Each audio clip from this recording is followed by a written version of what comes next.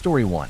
It started as a Friday night that nobody would have thought twice about. 5 friends, a car with a full tank of gas, a college basketball game an hour up the road. The kind of evening that happens 10,000 times across America on any given winter weekend. You pile in, you drive, you watch the game, you argue about the plays on the way home, and by midnight everyone is back in their own bed wondering what to have for breakfast. That is what February 24th, 1978 was supposed to be for Jack Madruga, Ted Weiher, Gary Mathias, William Sterling, and Jackie Hewitt. 5 young men from Yuba County, California. 5 people with families who expected them home. None of them made it back. Jack Madruga was 30 years old, and he was the one who owned the car, a 1969 Mercury Montego he kept in careful condition. He was the driver by nature, not just by circumstance. Responsible, steady, a man of routine who knew the roads between home and Chico the way most people know the layout of their own kitchen. Ted Weiher was 32, the oldest of the group, and he lived with his mother and was known by everyone who knew him as gentle, quiet in the particular way that comes from contentment rather than sadness. William Sterling was 29. Jackie Hewitt was 24. Gary Mathias was 25, and he was different from the others in ways that would become significant later. He was athletic, strong, had once tried out for a semi-professional basketball team, and he had a history of a mental health condition that he had been managing with medication for some time. 3 of the 5, Weiher, Sterling, and Hewitt, had mild intellectual disabilities. They were not men who made reckless decisions. They were not men who went looking for danger. They drove to Chico for the Cal State Chico game. They arrived. A woman who knew them saw them there and spoke with them and later told investigators they seemed completely fine. Normal. Happy even. After the game, they walked back to the Montego, got in, and Jack started the engine. That is the last moment anyone outside the group can account for with certainty. 4 days later, on February 28th, a USDA snow surveyor doing routine work in the Plumas National Forest came across a car parked on a remote Forest Service road called the Oroville-Quincy Highway. He ran the plates. It came back as the missing vehicle belonging to Jack Madruga. The car was sitting neatly on the road, facing uphill. The keys were in the ignition. The engine was in working order. The gas tank was close to full. The heater, this is the part that stays with you. The heater was functional and had not been turned on. Temperatures at that elevation in February were dropping well below freezing every night. There was a working heater in a working car with a full tank of gas, and whoever had been in that car had not used it. This location was not on the way home. It was not near the way home. Chico to Yuba County goes south and west. The Plumas National Forest Road where the Montego was found is northeast of Chico, deep into the Sierra Nevada, more than 70 miles in the wrong direction. To arrive there, Jack Madruga would have had to drive past every familiar highway, every on-ramp that would have taken him toward home, and continue northeast for over an hour into mountain wilderness. A man who knew those roads. A man described by everyone who loved him as cautious and careful and oriented by habit toward safety. Nobody has ever explained why he drove that way. Nobody has come up with an explanation that holds together completely. What followed over the next weeks and months was a search that turned up results that raised more questions than they answered. The bodies of 4 of the 5 men were eventually found, each in a location that deepened the mystery rather than resolving it. William Sterling was found near a creek not far from the car, face down, fully dressed. No signs of trauma, no signs of struggle, no obvious cause of death beyond exposure to a cold he should have been protected from by the car he had just left. Jackie Hewitt's remains were found months later, in June, too decomposed by then for detailed forensic analysis. Gary Mathias was never found at all. The most physically capable member of the group, the one most equipped to survive wilderness conditions, left no trace. No remains, no clothing, no indication of a direction traveled. He remains officially listed as a missing person to this day. But the strangest part of the story, the part that people who hear this account tend to carry with them longest, involves Ted Weiher and a Forest Service maintenance trailer that sat in the mountains approximately 12 miles from where the car had been abandoned. 12 miles. Understand what that means in context. 12 miles of Sierra Nevada terrain in February, at elevation, with no marked trail, over ground that search and rescue professionals later described as grueling even in good conditions. The group included men with intellectual disabilities, men who were not outdoorsmen, men who had been at a basketball game in ordinary street clothes a few hours before all of this began. How any of them reached that trailer is not something anyone has been able to reconstruct with confidence. And yet someone did. The trailer was the kind of structure the Forest Service kept stocked for emergencies. Basic supplies, canned food, enough to keep a person alive for weeks. Matches, candles, wool blankets. The kinds of things you put in a remote wilderness shelter specifically because you understand that people sometimes find themselves in desperate circumstances and need the means to survive until help arrives. Ted Weiher had been inside that trailer. The evidence was unambiguous. The candles had been burned entirely down to nothing. The blankets had been used, and somewhere during his time there he had found and put on a military field jacket that was kept in the trailer as part of its emergency stores. He had been there for a significant stretch of time. Investigators estimated somewhere between 8 and 13 weeks, based on decomposition and the state of the supplies. He had been alive for a meaningful portion of that time. Not alive and rescued. Alive and waiting. Alive and burning candles down to their bases in a dark shelter on a mountain while the winter moved around him. The canned food was untouched. Every can.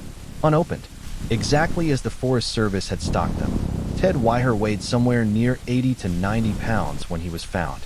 He had lost somewhere between 80 and 100 pounds of body weight.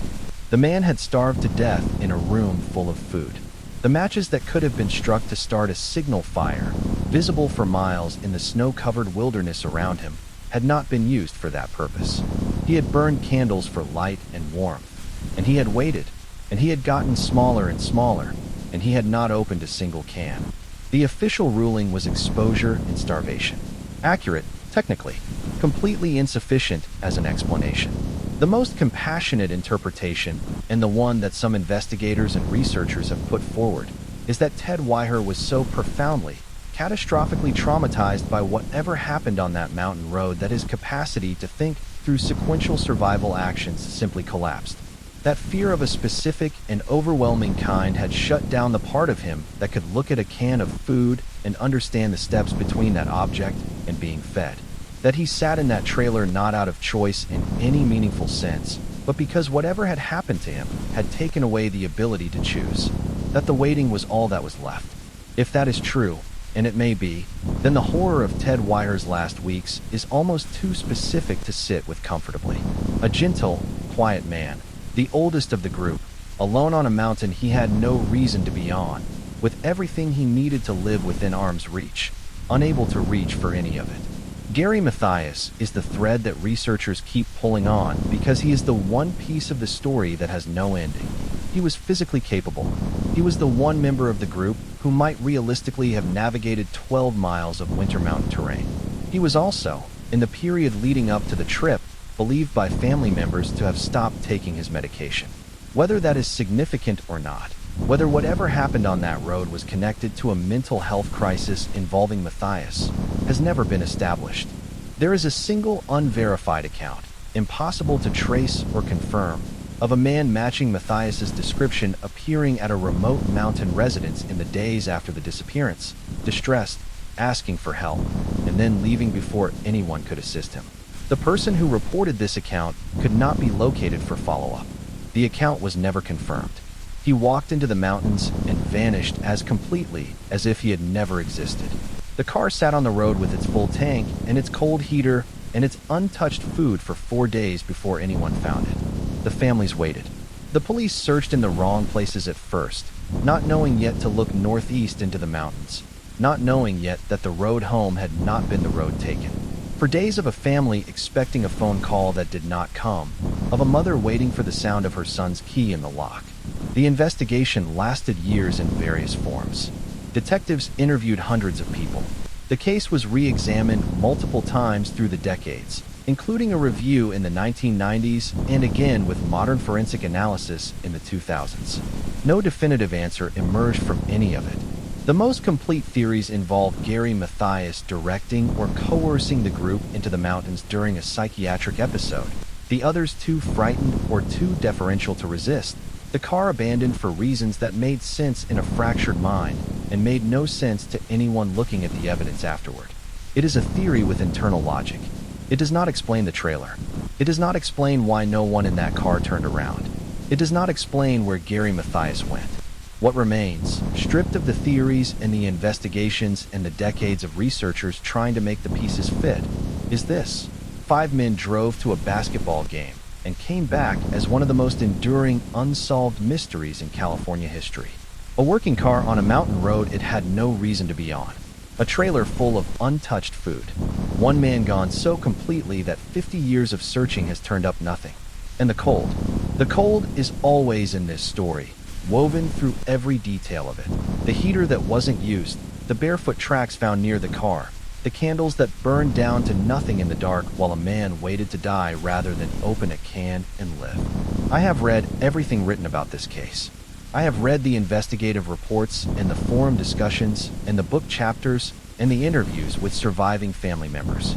And the thing that I keep coming back to, the thing that will not leave me alone when I think about it late at night, is not the biggest mystery of the case. It is a small one. It is this. Somewhere between Chico and that mountain road, Jack Madruga made a turn.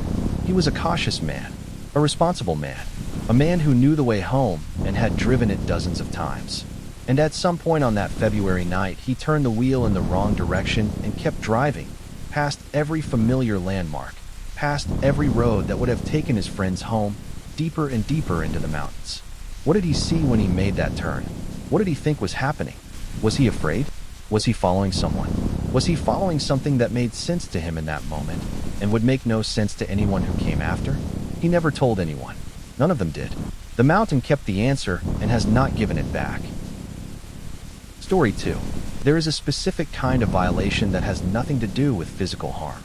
It lives in the mind, in the retroactive poisoning of memory, in the way a single discovery can reach backward through months of ordinary life and contaminate every moment you thought was private.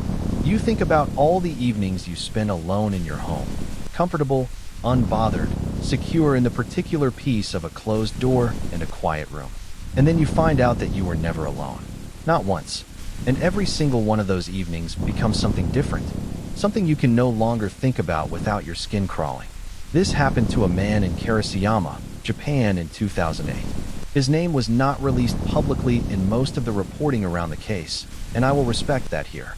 What matters is not who he was, but what was done to him. And what was done to him is one of the most quietly horrifying things I have come across in years of collecting these accounts. He lived alone. He was, by all available description, an ordinary man with an ordinary life, a job, a routine, a home he had arranged to his own preferences and kept in his own way. Living alone has a particular texture to it that people who have done it will recognize. You know your space completely.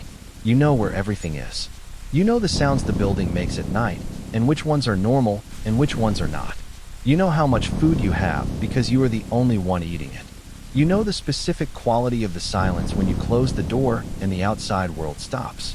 That knowledge, that intimacy with your own environment, is one of the quiet pleasures of solitary living. It is also, in this story, the thing that first told him something was wrong. It started with food. Small amounts. A portion of something from the refrigerator. A few items from a shelf. The kind of quantity that, on any given day, you might chalk up to your own forgetfulness. Did I eat that? I must have eaten that and forgotten. He was not immediately alarmed. He was puzzled.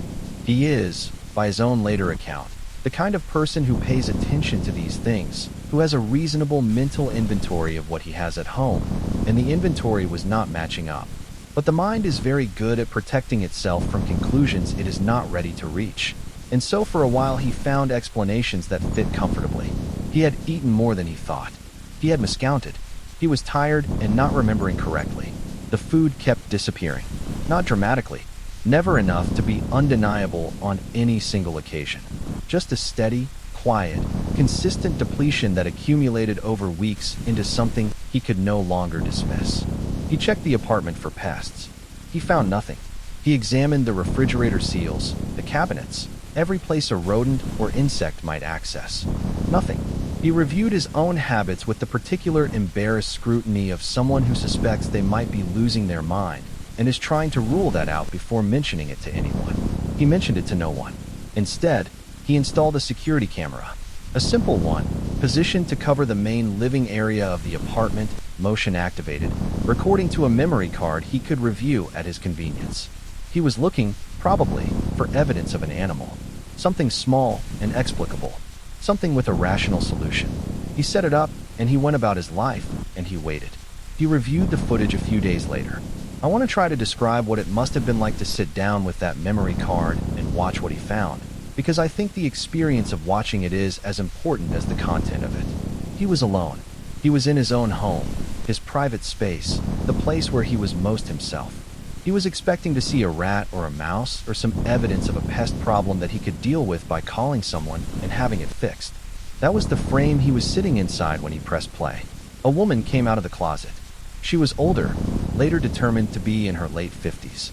She moved with a quietness that was immediately and deeply wrong, the kind of deliberate, practiced silence that you only develop through sustained effort over a long period of time.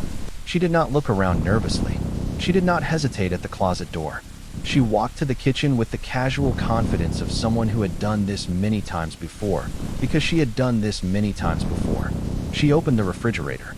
She took food. She ate some of it standing at the counter. She moved a few things around with the unhurried efficiency of someone entirely comfortable in the space. Then she walked back to the closet, opened the door, and went inside. He watched this, sitting in his apartment, in the closet behind him, or nearby, possibly at that very moment while he watched the footage. The police were called. They came. They searched the apartment, and they opened the closet and they moved the items stored inside it, and they found, behind everything, in the narrow dead space between the interior wall of the closet and the exterior wall of the building, a gap just large enough for a person. And inside that gap, carefully arranged, was a life. A sleeping mat, thin but deliberate, positioned to be as comfortable as could be managed in that space. A small collection of personal belongings. Her belongings, things she had brought with her or accumulated during her time there. Her shoes were there. Some clothing. The small artifacts of a person who had established a home, however impossible and uninvited that home was. She had been living there for approximately 1 year. 365 days, roughly, of sharing that apartment with a man who had no idea she existed in his space. She had been there when he woke up. She had been there when he cooked his dinner. She had been there in the evenings when he sat in his own living room in the private way people exist when they believe themselves to be unobserved, relaxed, unguarded, fully themselves in a way that human beings only allow when they are certain no one is watching. She had been there when he slept. She had listened to his breathing through a wall and waited for it to deepen and slow before she moved. She had used his bathroom. Investigators confirmed this from evidence in the space. She could not have maintained basic hygiene without access to the apartment's facilities, meaning she had moved through his home in the night, quietly, regularly, perhaps standing in his bathroom in the dark while he slept a room away, and then returned to her space before morning. She had done this for a year. The question of how she got in, how this began, was answered in part by the apartment's layout and the building's older construction. There was an access point, imperfectly secured, that connected to the space she had occupied. She had found it, in the way a person who is desperately without options sometimes finds things, because she needed somewhere to be, and this was somewhere. She was homeless. She had no other place. And this narrow, impossible gap behind a closet wall in a stranger's apartment had become, for a year, the closest thing she had to one. She was charged with trespassing. Under Japanese law, given the circumstances and the absence of violence, the charges and the resulting sentence were relatively limited. She served her time and was released. What happened to the man who had lived with her is less legally quantifiable, but in some ways more significant. He moved out of the apartment. This is reported simply as a fact in the accounts of the case, but think about what it means. He had a home. He had a life in that space. His furniture, his routines, the particular arrangement of a private life built over time. And the discovery of what had been sharing that space made it unlivable. Not because anything had been destroyed, not because there was damage to repair, but because the space had been permanently altered in his mind. He could not be in it anymore.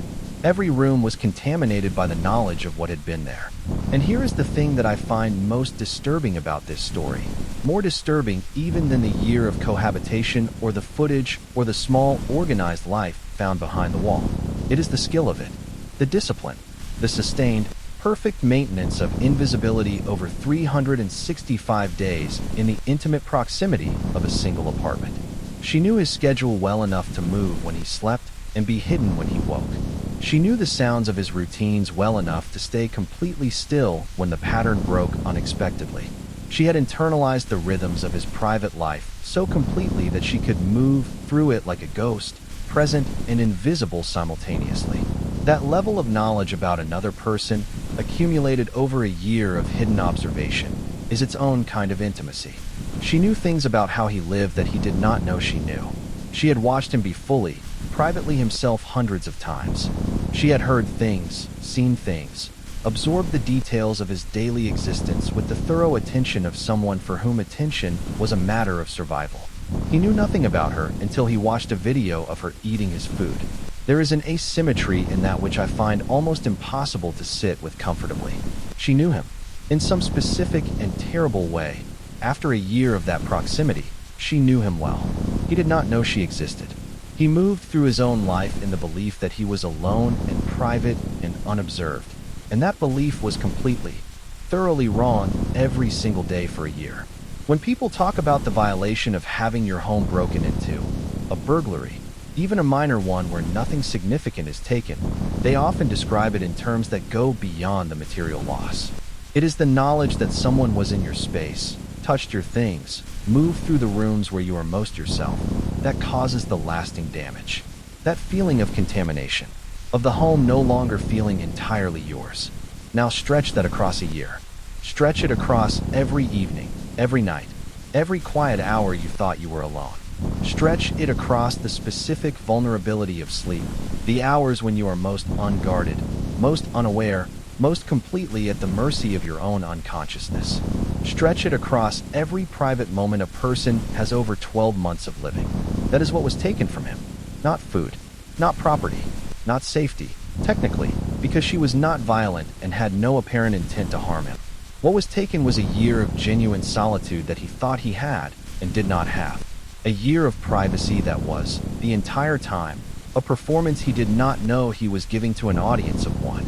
He moved out, and as far as any public record shows, he never spoke about it in detail. The case was reported, the facts were established, the woman was processed through the legal system and released. The apartment stood empty or was relet to someone who may or may not have been told what had happened there. The closet with its hidden space behind the wall was presumably sealed or reconfigured. And somewhere, the man who had lived there carries the specific weight of knowing that for an entire year, the home he returned to every evening, the door he closed with relief behind him, the silence he settled into when the rest of the world went away, none of it was what he thought it was. He was never, not once, as alone as he believed himself to be. I don't know how you recover from that. I'm not sure you do completely.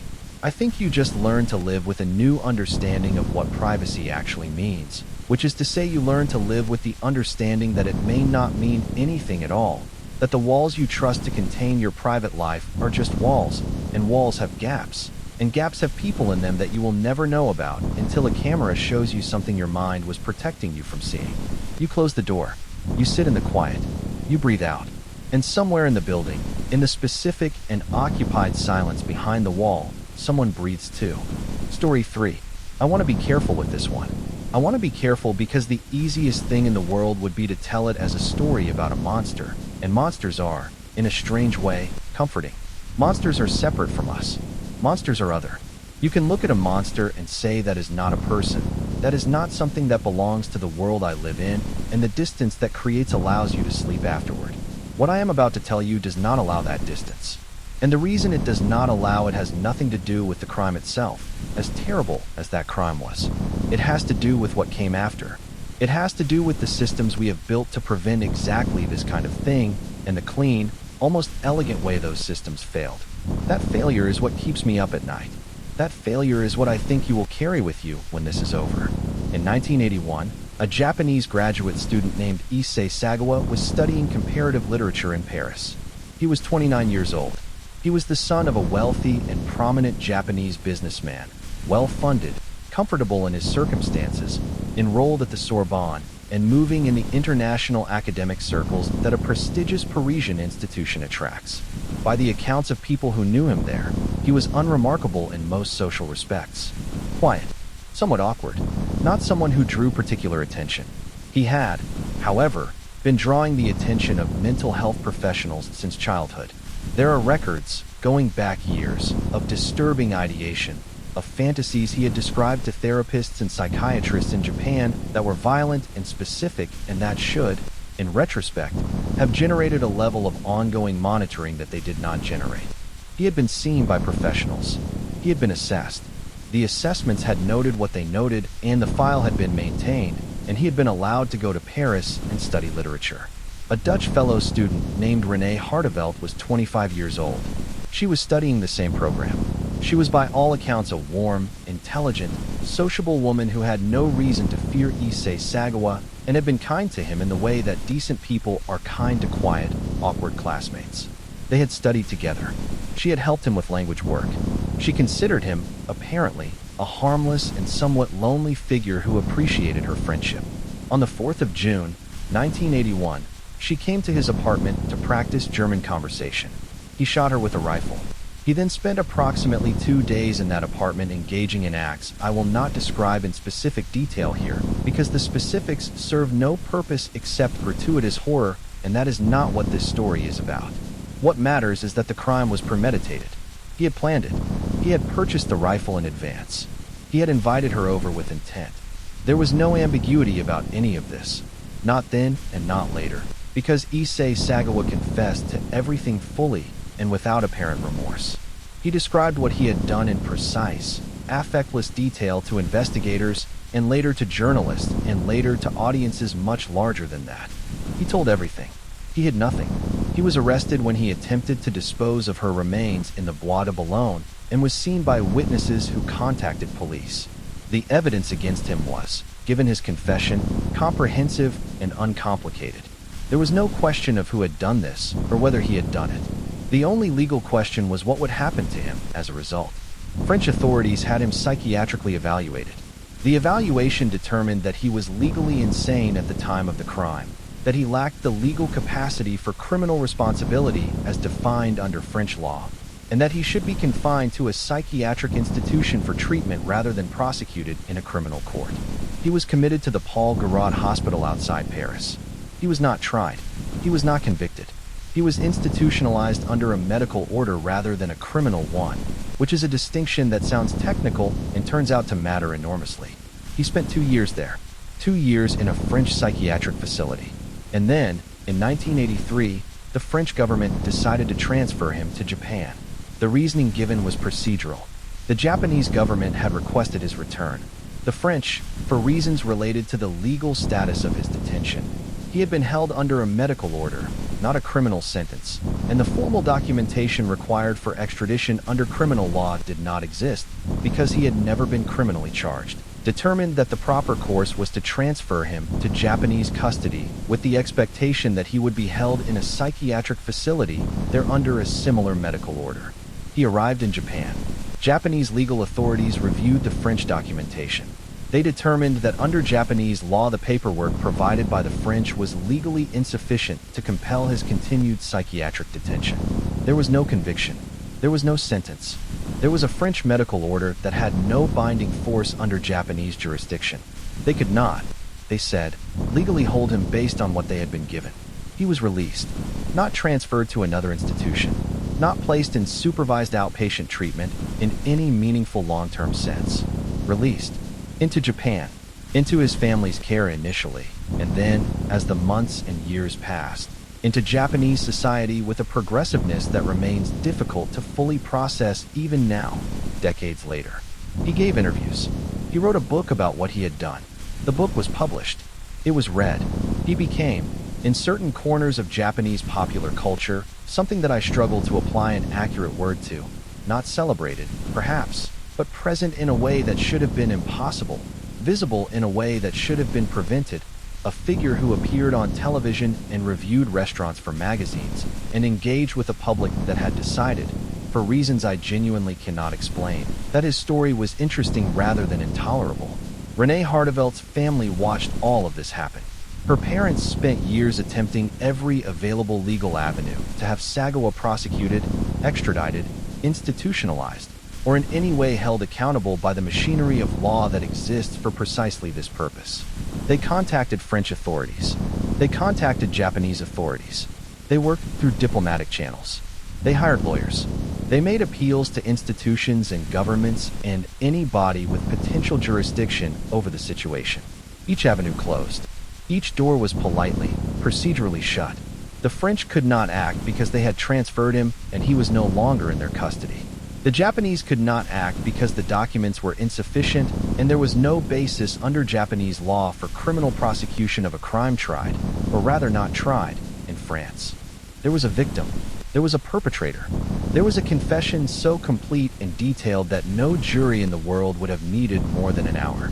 And the machinery built to respond to this kind of thing looked at all of those facts and said, with bureaucratic sincerity, that its hands were tied. He lived in Japan until 2022. He died of pneumonia in November of that year at the age of 73. He spent those 41 years, by all available accounts, in reasonable comfort. He struggled, reportedly, with the notoriety he had cultivated and with periods of poor health. He continued, intermittently, to speak publicly about what he had done. Renee Hartevelt was 25 years old when she went to his apartment to practice German conversation. She had been kind to him. She had treated him as a lonely person who deserved basic human warmth. She died because of that, and the world went on around her death in ways that her family had no power to prevent and no framework to accept. I said at the beginning that I wanted to be careful with this story because the temptation is to make it about a monster, and monsters are comforting. But now that we are at the end of it, I want to say something more specific about why I don't think that framing is the right one. Not because Sagawa was not monstrous. He was. What he did was an act of complete and catastrophic moral failure, a destruction of another human being carried out with premeditation and without remorse. That is not in dispute. What I want you to think about instead is the system. The clean, procedural, well-intentioned system of laws and jurisdictions and documentation requirements and bilateral agreements that looked at one of the most clear-cut cases imaginable and found, at every single point, a reason why it could not act. Not because anyone in that system wanted Sagawa to go free. Not because of corruption or malice or deliberate failure. But because the system is built of individual components, each doing their own job correctly according to their own rules. And when those components interact in certain configurations, the result is a gap. A clean, procedural, well-documented gap through which a man who confessed to everything walked out and lived 41 more years. That gap is what horror looks like when it is wearing a suit and speaking in legal language. It is the horror of watching something terrible happen while every institution around you explains, patiently and accurately, why it cannot help. It is the horror of a family spending decades being told by the machinery of civilization that the machinery of civilization cannot do what it was built to do. There are nights when the supernatural version of horror, the ghost, the monster, the force beyond human understanding, feels almost like a relief by comparison. Because at least a ghost cannot be explained. At least a monster makes no pretense of having rules. The horror of a monster is straightforward. It wants to hurt you, and it will try, and you will fight, or you will not. The horror of a system that fails with perfect procedural correctness is something different. It is the horror of understanding that the structures you have trusted your entire life to keep the worst things from happening are not, in the end, structures at all. They are agreements, shared fictions, arrangements between people and institutions that hold up beautifully until they encounter the precise, specific configuration of circumstances that nobody planned for, and then they do not hold at all. And what falls through the gap is someone's daughter, someone's child, someone who went to a classmate's apartment on a Tuesday to practice German and never came home. She was 25 years old. He was 73 when he died. Those two numbers, sitting next to each other, are the whole story. Story 4. There is something about a farm in winter that already feels isolated in a way that other places do not. The fields empty. The trees stripped down to their bones. The road that connects you to the nearest village turned unreliable by frost and mud and the particular indifference of rural geography to human need. You are out there, and the world is in here and between you, and that there is nothing but cold, open land and the sound of wind doing whatever wind does when there are no buildings close enough to interrupt it. People lived like that for centuries, and most of them were fine. Most of them built their lives inside that isolation and found it ordinary and unremarkable and simply the texture of existence. But occasionally something happened in that isolation that could not be undone, and there was no one close enough to hear it. And by the time the world found out what had occurred, the evidence was old and the trail was cold, and the answer was already gone. Hinterkaifeck was a small farmstead in Bavaria, Germany. Remote even by the standards of rural Bavaria in the early 1920s, which is to say it was genuinely, thoroughly isolated. The nearest village was Weidhofen, roughly 2 kilometers away across fields and through woodland, and 2 kilometers in that landscape in that era was a meaningful distance. The farm itself was not large. It supported the Gruber family, Andreas Gruber, the patriarch, 63 years old, his wife Casilia, 72, their widowed daughter Victoria Gabriel, 35, who had returned to the farm after the death of her husband in the First World War. Victoria's 2 children, her daughter Casilia, 7 years old, named for her grandmother, and her son Joseph, 2 years old, and one additional person, the family's new maid, a woman named Maria Baumgartner, who had arrived at the farm on the morning of March 31st, 1922, to begin her employment. It was Maria Baumgartner's first day. It was also, for all 6 of them, their last. The murders happened sometime in the late evening of March 31st or the very early hours of April 1st. The precise timing has never been established with certainty, but the evidence suggested it was dark, and it was cold, and whatever happened happened quickly enough and completely enough that none of the 6 were able to raise any alarm that reached anyone outside that farmstead. The weapon was a mattock. If you are not familiar with what a mattock is, it is a farm tool, heavy and utilitarian, part pickaxe and part hoe, the kind of implement that would have been kept in any farm's outbuildings and handled regularly by anyone who worked the land. It would have been there. It would have been unremarkable. It would have been exactly the kind of object that becomes monstrous only in retrospect, only once you know what it was used for. The bodies were not discovered for 4 days. This is the first thing that requires understanding, not as a detail, but as an atmosphere. For days passed. The farm went quiet. The neighbors noticed, in the way that rural communities notice the rhythms of their neighbors, that things at Hinterkaifeck seemed different. No smoke from the chimney at the times there should have been smoke. No sign of the family in the fields. The kind of wrongness that accumulates slowly and does not announce itself until it has become undeniable. The neighbors assumed, with the charitable logic of people who respect each other's privacy, that the Grubers had perhaps gone away for a few days. Perhaps there was a family matter in the village. Perhaps there was a reason for the silence that was none of their business. On April 4th, a group of neighbors came to the farm to check. What they found when they arrived began with something that should have been reassuring and was instead the opposite. The animals were fed. The cows, the pigs, whatever livestock the farm kept, all of them had been tended to. Someone had fed the animals in the 4 days since the family was last seen. Someone had been on the property, carrying out the routine work of the farm, doing the daily tasks that keep livestock alive. And that someone was not any member of the Gruber family, because the Gruber family were all dead. There was smoke from the chimney. Not old smoke. Not the residual warmth of a fire that had burned out days ago. Fresh smoke. Someone had maintained the fire. The neighbors searched the property. They found the bodies of Andreas Gruber, his wife Casilia, their daughter Victoria, and young Casilia, the 7-year-old girl, in the farm's barn. They had each been struck repeatedly with the mattock. The blows were not impulsive or desperate. They were thorough.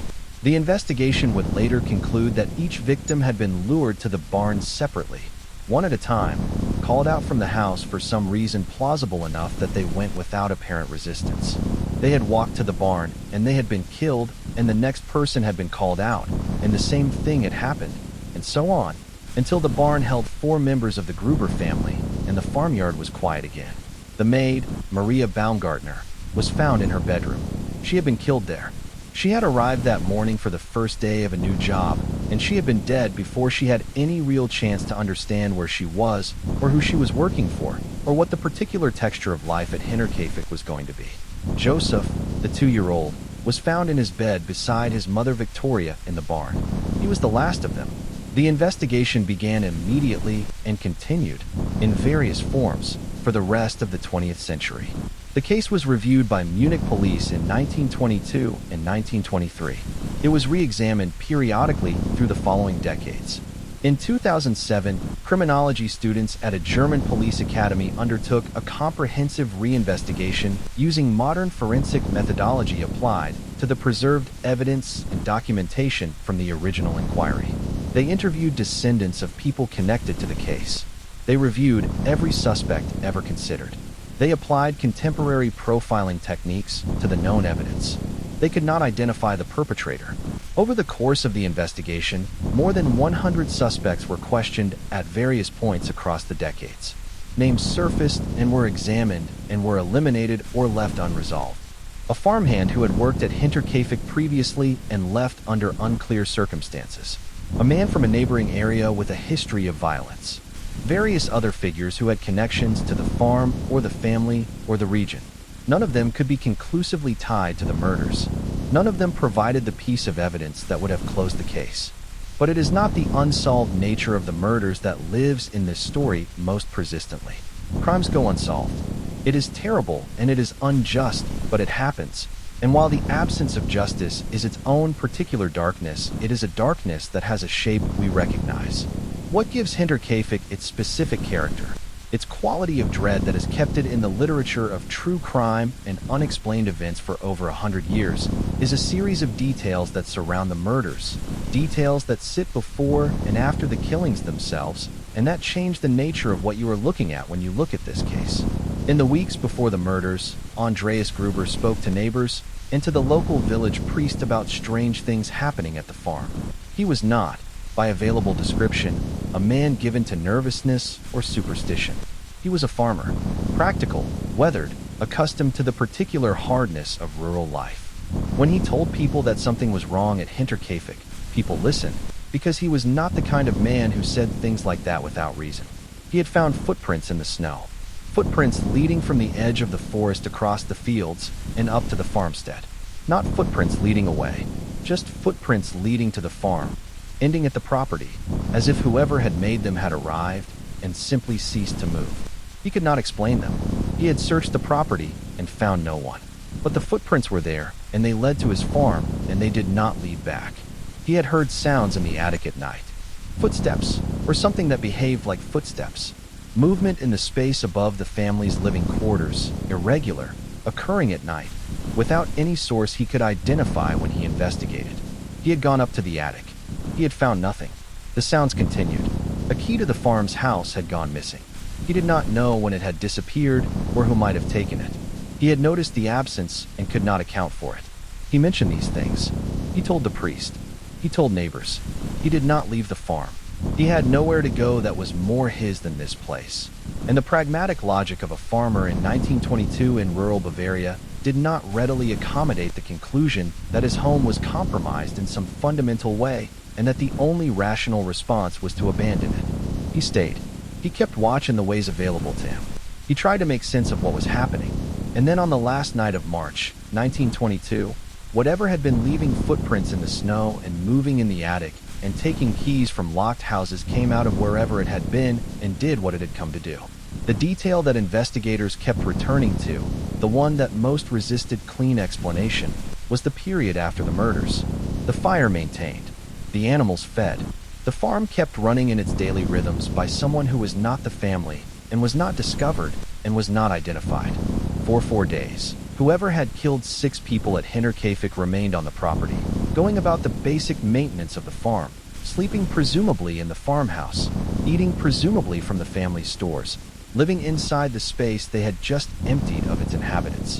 Why? That is the question that has no answer. Not why they killed.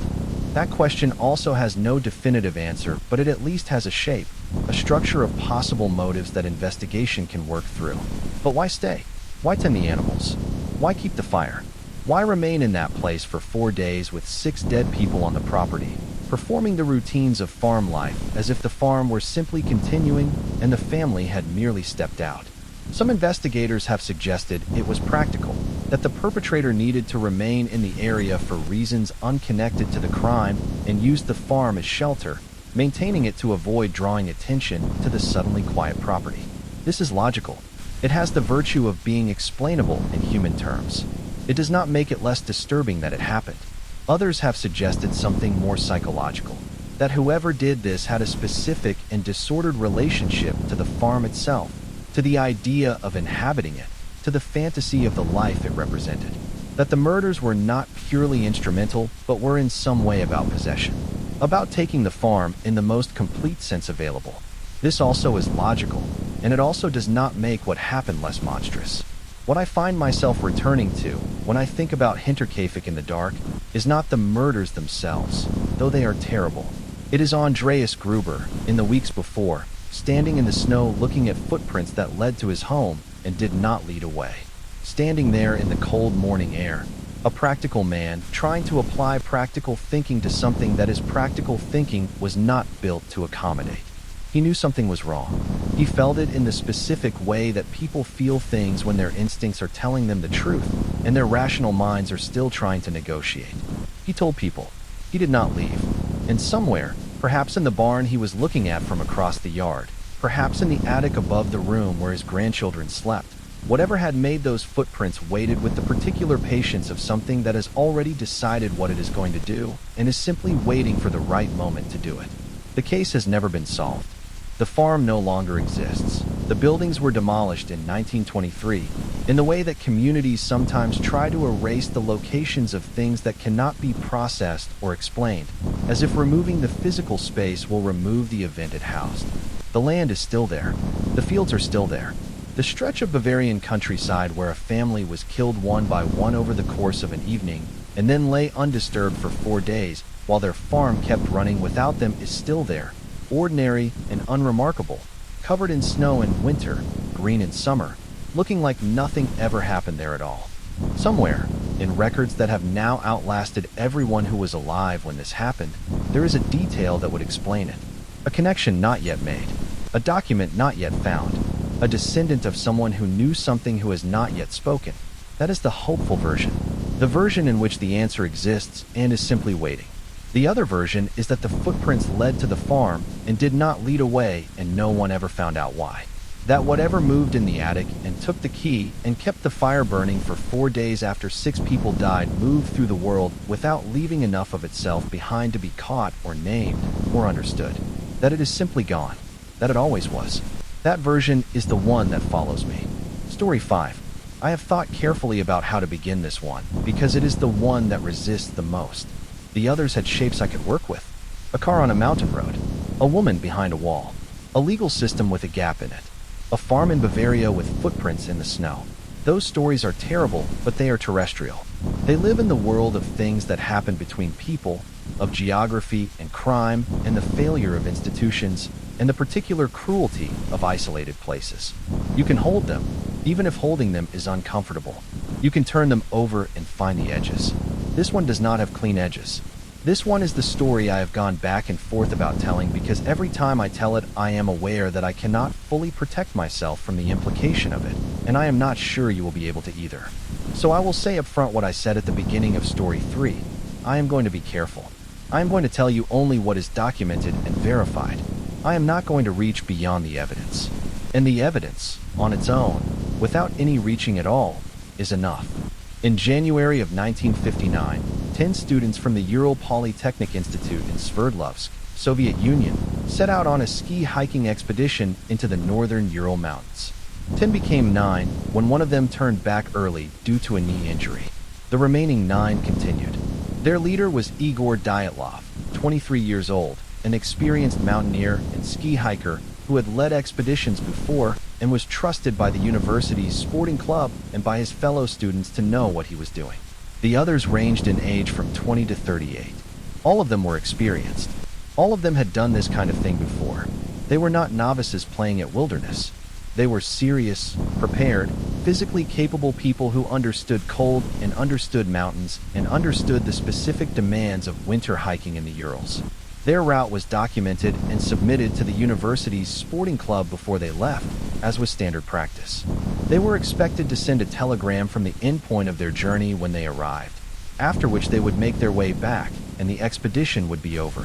When no telegram came on the expected date, and then another day passed, and then another, the families began to ask questions, and the questions became a search, and the search found things that have been argued about, analyzed, theorized over, and officially investigated more than once in the 6.5 decades since, without producing an explanation that everyone agrees on or that covers everything that was found.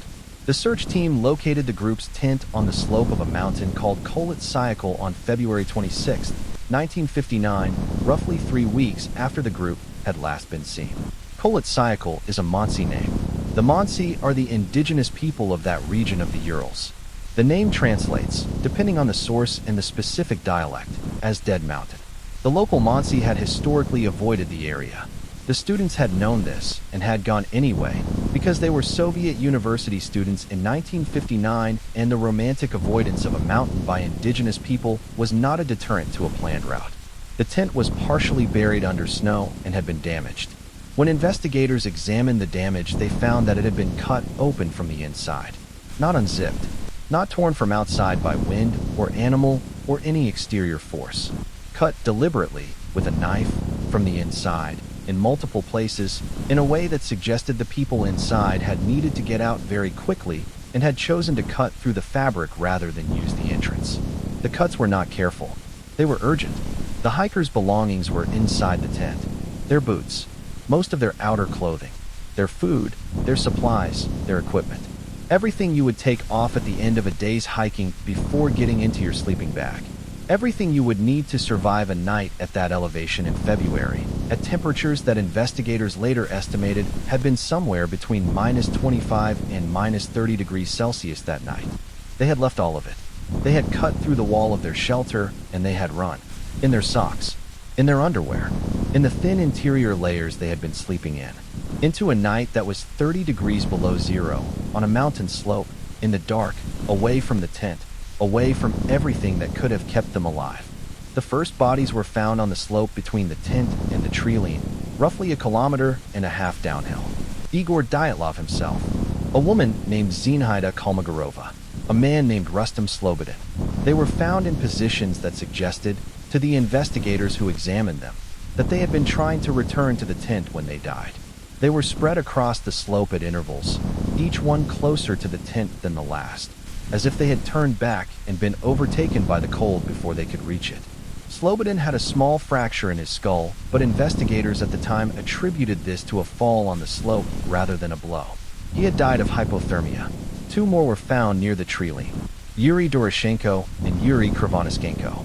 They were found beside the remains of a small fire, or rather beside the remains of an attempt at a small fire. Broken branches, some evidence of an effort to gather wood. They were more underdressed than the others. Krivonischenko's hands showed burns, the kind of burns you get when you hold your hands directly in a fire because the fire is the only warmth available and you no longer have the cold judgment to keep your hands at a safe distance. Both had died of hypothermia. Branches above the fire site were broken at a height of several meters. Some investigators have suggested that one or both of the men had climbed the tree, perhaps to look for something, perhaps to see the tent or some other landmark, perhaps for a reason that died with them. The broken branches were high enough that climbing to them would have required significant effort in the condition they were in by that point. The remaining 4 were not found until May, when the snowmelt had progressed far enough to reveal them. They were located in a ravine approximately 75 meters from the tree where Doroshenko and Krivonischenko had been found. They were under approximately 4 meters of compacted snow. Their names were Ludmila Dubinina, Semyon Zolotaryov, Alexander Kolevatov, and Nikolai Thibaut Brignoles. These 4 had injuries. Thibaut Brignoles had a severe skull fracture, not a hairline fracture, not the kind of damage consistent with a fall on a slope. A major, depressed skull fracture of the kind that requires significant force applied to the head. Dubinina and Zolotaryov had multiple broken ribs. Not 1 or 2 cracked ribs of the kind that might result from a bad fall. Multiple bilateral fractures, ribs broken on both sides of the chest simultaneously, the kind of damage pattern that a Soviet forensic expert who examined the bodies at the time compared, in his official report, to the forces experienced in a high-speed automobile collision or an explosion. The damage was internal. There was no corresponding external bruising on the skin. The skin was intact over injuries that should, by every forensic logic available, have been accompanied by massive external trauma. Dubinina was missing her tongue. She was also missing her eyes. The soft tissue of her face had been removed or had decomposed in a manner that investigators noted was inconsistent with the decomposition pattern of the other bodies found at the same time in the same location. She had been in the ravine under the snow for the same duration as the others, but what remained of her was different from what remained of them in ways that were documented and not explained. Kolevatov had no injuries identified as cause of death. He had died of hypothermia like the others on the slope, or from exposure, in the company of 3 people who had injuries that should not have been survivable. The clothing of the ravine 4 was notable in another respect. Some of them were wearing pieces of clothing that had belonged to the others, the ones found on the slope and at the trailing. Krivonischenko's burned trousers had been cut, and pieces of them were found on Dubinina. This meant that at some point, after Krivonischenko had died near the fire, someone had cut pieces from his clothing and taken them to the ravine.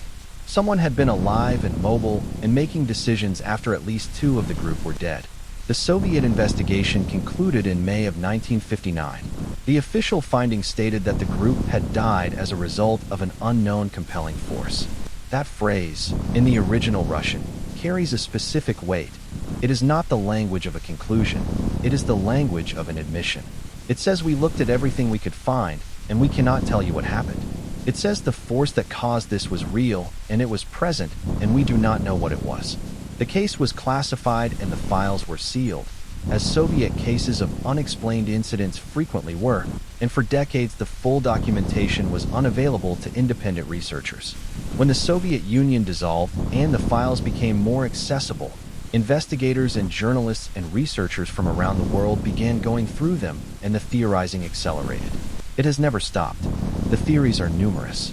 An avalanche is the official conclusion of a 2020 Russian reinvestigation that closed the case definitively, or attempted to.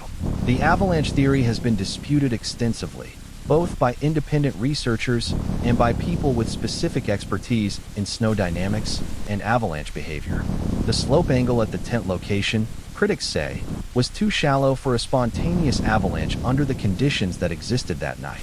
The snow density was inconsistent with typical avalanche debris patterns. There was no evidence, physical or photographic, of the kind of snow displacement that a significant avalanche event would have left. And an avalanche does not explain the internal injuries without external bruising.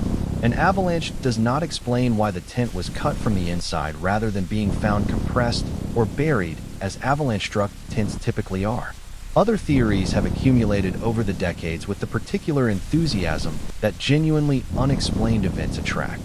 Military testing of experimental weapons in the area. The Urals were and are a significant site of Soviet and Russian military activity, and some researchers have pointed to evidence of unusual atmospheric phenomena reported in the region around that time. Infrasound, low-frequency sound waves produced by certain wind conditions that can cause severe psychological distress and even physiological effects in humans, including panic responses that bypass rational thought.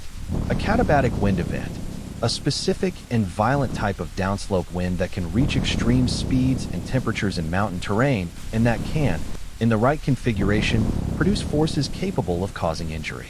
Paradoxical undressing, a well-documented phenomenon in severe hypothermia where the dying person experiences a sensation of burning heat and removes their clothing, which would explain why some of the group were so underdressed. Each of these theories covers some of the evidence. None of them covers all of it. The infrasound theory explains the panic exit from the tent, but not the internal injuries. The military testing theory explains the unusual atmospheric phenomena reported by witnesses in other locations that night, but cannot be proven and does not explain the specific pattern of where and how the bodies were found. The katabatic wind theory has adherents with genuine meteorological credentials and cannot account for Dubinina's missing tongue. Paradoxical undressing is real and documented and does not explain Thibaut Brignol's skull fracture. What I keep returning to is not the injuries or the theories or the official conclusions. It is the tent. It is the decision made inside that tent in the dark on a 30 below night that resulted in 9 experienced mountaineers cutting through their own shelter and running barefoot into conditions that would kill them. Because that decision tells you something. It tells you that whatever was happening inside or immediately outside that tent was, to the people experiencing it, worse than the certain death of a winter slope without shoes and clothes. They made a calculation. They weighed what was in the tent or at the tent against the open mountain in the dark and the freezing cold and the certain suffering that running into it meant, and they chose the mountain. All of them, together or in rapid succession, without apparent disagreement, without anyone staying behind. What is worse than that?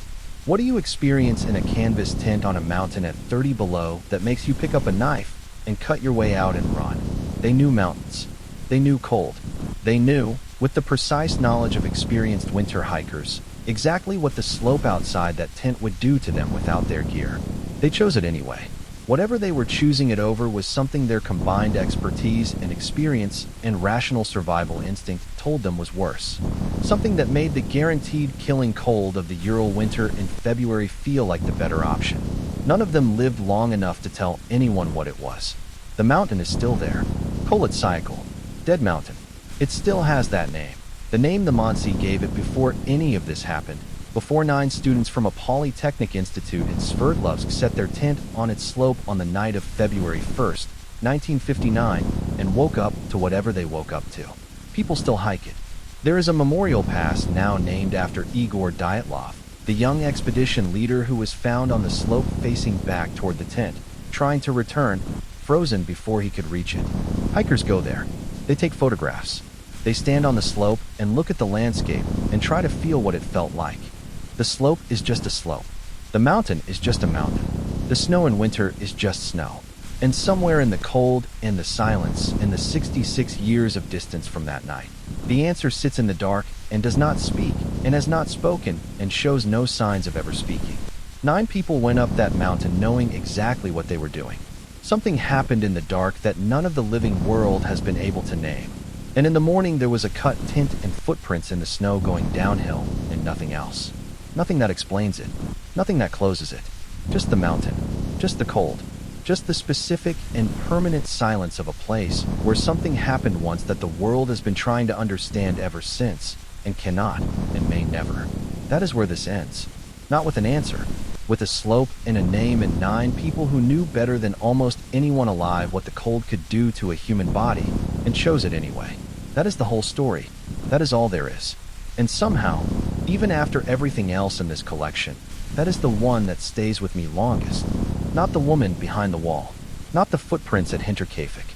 Not the legal system that let a man walk free. It is this. 9 people. A cut tent. A mountain with a name that already knew. The slope is just a slope. The mountain is just a mountain. The snow in winter is just snow. And somewhere in the cold and the silence and the 66 years of distance from that night, the answer sits in the dark and does not speak and has not spoken and shows no signs of ever speaking. 9 people went up that mountain knowing exactly what they were doing. Something happened in the dark that none of the living world has been able to name. And in the morning there was a cut tint and footprints in the snow going downhill and nothing else. Nothing that explains it. Nothing that closes it. Just the mountain. Just the cold. Just the specific and permanent silence of a place where something happened once that the world has been trying to understand ever since and cannot and may never. That is where this ends. Not with an answer. With a slope and a name and 9 people who knew better than almost anyone alive what the cold could do to a human body, and chose it anyway. That is the whole story. That is all there is. And somehow, even after everything else in this collection, that is the one that stays with me longest. Not the woman behind the wall. Not the footprints at Hinterkaifeck. Not the legal system that let a man walk free. It is this. 9 people. A cut tent. A mountain with a name that already knew.